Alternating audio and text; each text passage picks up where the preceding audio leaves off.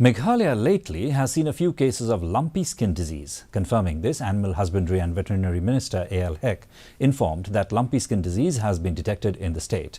7 villages including Sumer, Maulinghung, Umperdong in Umden, Umkhon in Umden, Saiden in Nongpo, Jintru in Nongpo and Rangthong have been declared infected villages of lumpy skin disease in cattle.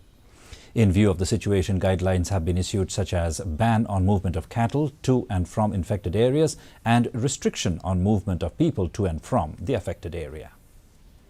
So, what is the steps that the government is taking in this regard?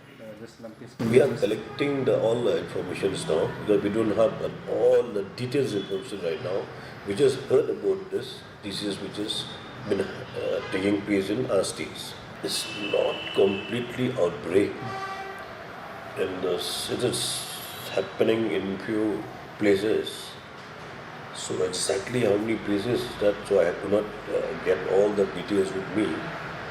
But immediately I told the secretary, we had the meeting, the directors also, both the dairy and also the Animal and Husbandry and the officers of the Animal Husbandry department, immediately to take precautions how to protect the others. It should not be spread all over.